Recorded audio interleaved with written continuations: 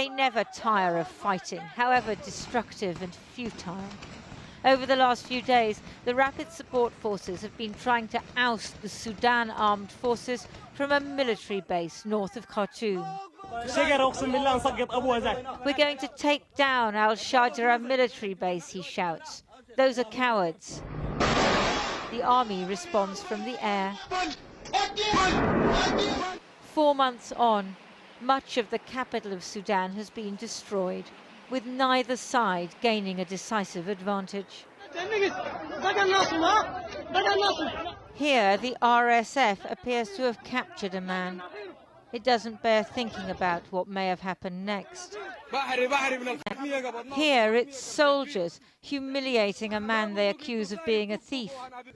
An RSF PR video says the army has mistreated these prisoners. The truth is that both sides are cruel and have no regard for civilians. Attempts to mediate have been half-hearted and ineffectual.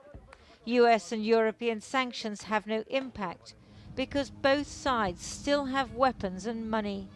The Sudan Armed Forces, they have, through their engagement with the Islamists of the Bashir era, a lot of finances in Turkey, in Malaysia, in other parts of the near region. For the RSF, their main financial hub is the United Arab Emirates. And in all of the different mediation platforms that we've seen, the United Arab Emirates has not been significantly engaged.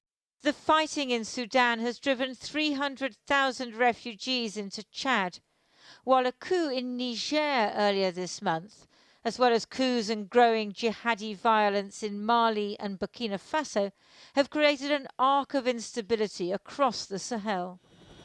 The new military governments in Mali, Burkina Faso and Niger have thrown out the French soldiers who used to support them, potentially emboldening jihadis.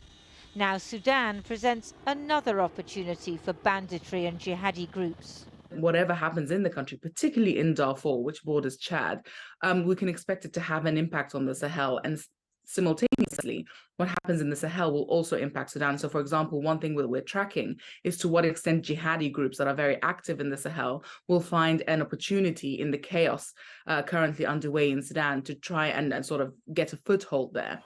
On Sunday, people in Niamey, the capital of Niger, came out on the streets, presumably at the behest of the new military authorities, to denounce France and call for an alternative, Russia. The paramilitary Wagner group, under its leader Yevgeny Prigozhin, is already active in Mali.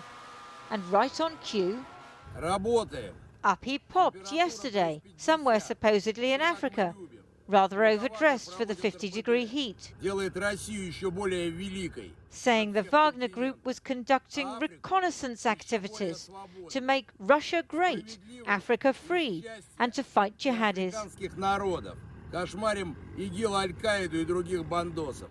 In Sudan, ever more people are fleeing the fighting in Khartoum, some heading to Kosti, south of the capital. Climate change and jihadism are already destabilizing the region.